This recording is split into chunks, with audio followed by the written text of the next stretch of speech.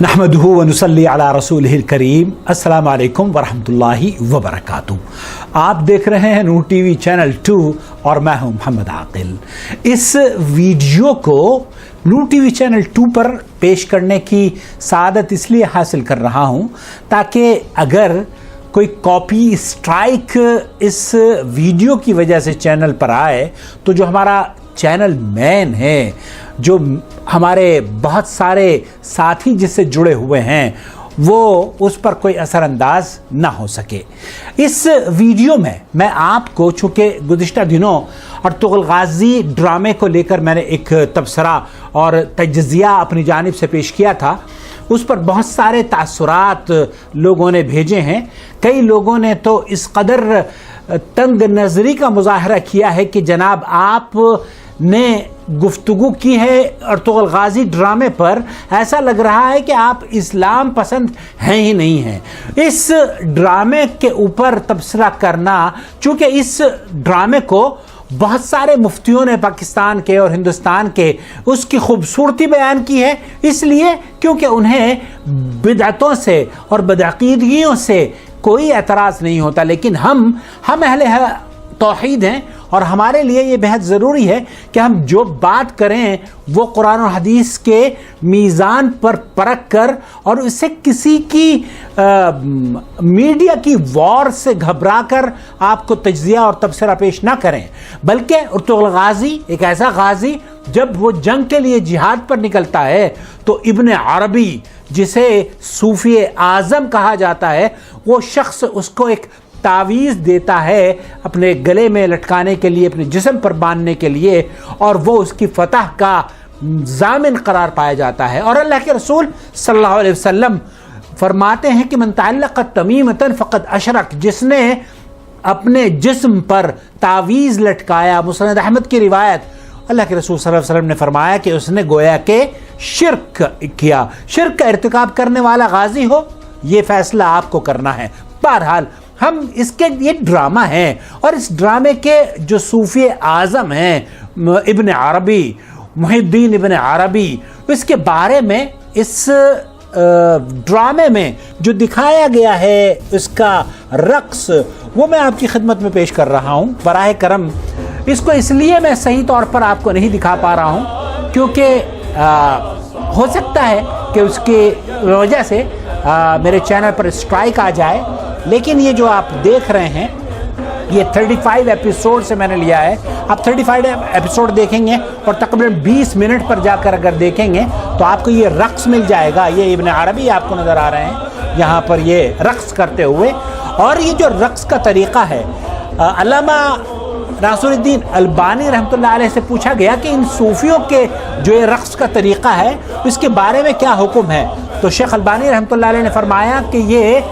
ज़िक्र अज़कार, एक तरह के ज़िक्र अज़कार करना, एक आवाज़ में आवाज़ बुलंद करके एक ही कलमे को बार बार दोहराना और एक ही तरीक़े से उछल कूद करना, ये बिदअत है। लेकिन अगर इस बिदअत में रक्स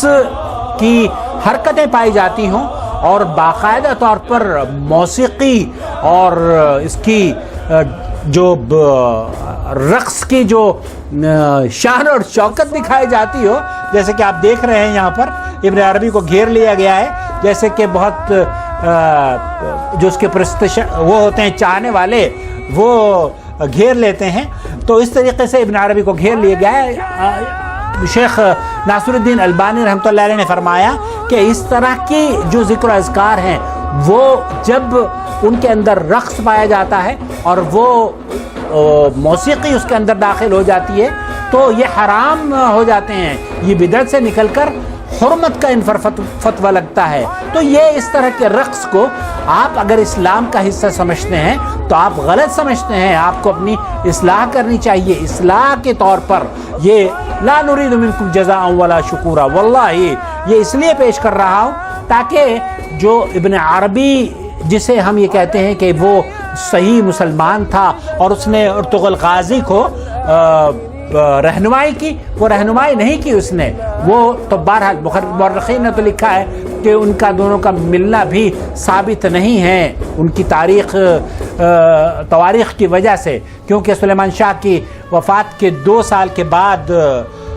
یہ دیکھیے ابن عربی، اب یہ یہاں سے سب ہاتھ جوڑ کر کھڑے ہو گئے ہیں.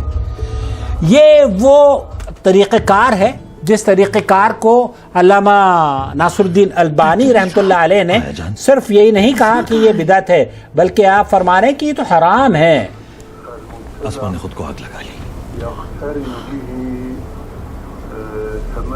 کیا کریں گے؟ وہ مبتدع جو یمین اور یسار رقص کرتے ہیں، کبھی اپنے آپ کو داہنی جانب کبھی اپنے آپ کو بائیں جانب ہلاتے ہیں، وہ دراصل اس رقص کی وجہ سے، اس حرکت کی وجہ سے، اس بدعت سے نکل کر ان کا حکم تو حرام پر آ جاتا ہے. اور بہت سے اہل علم نے، شیخ علامہ البانی رحمۃ اللہ علیہ فرما رہے ہیں کہ بہت سے اہل علم نے یہ جو جگہیں ہوتی ہیں جہاں پر اس طرح کے رقص کی محفلیں اور ذکر و اذکار کی محفلیں ہوتی ہیں، انہیں غسل کرنے، انہیں پاک کرنے کا حکم دیا ہے تاکہ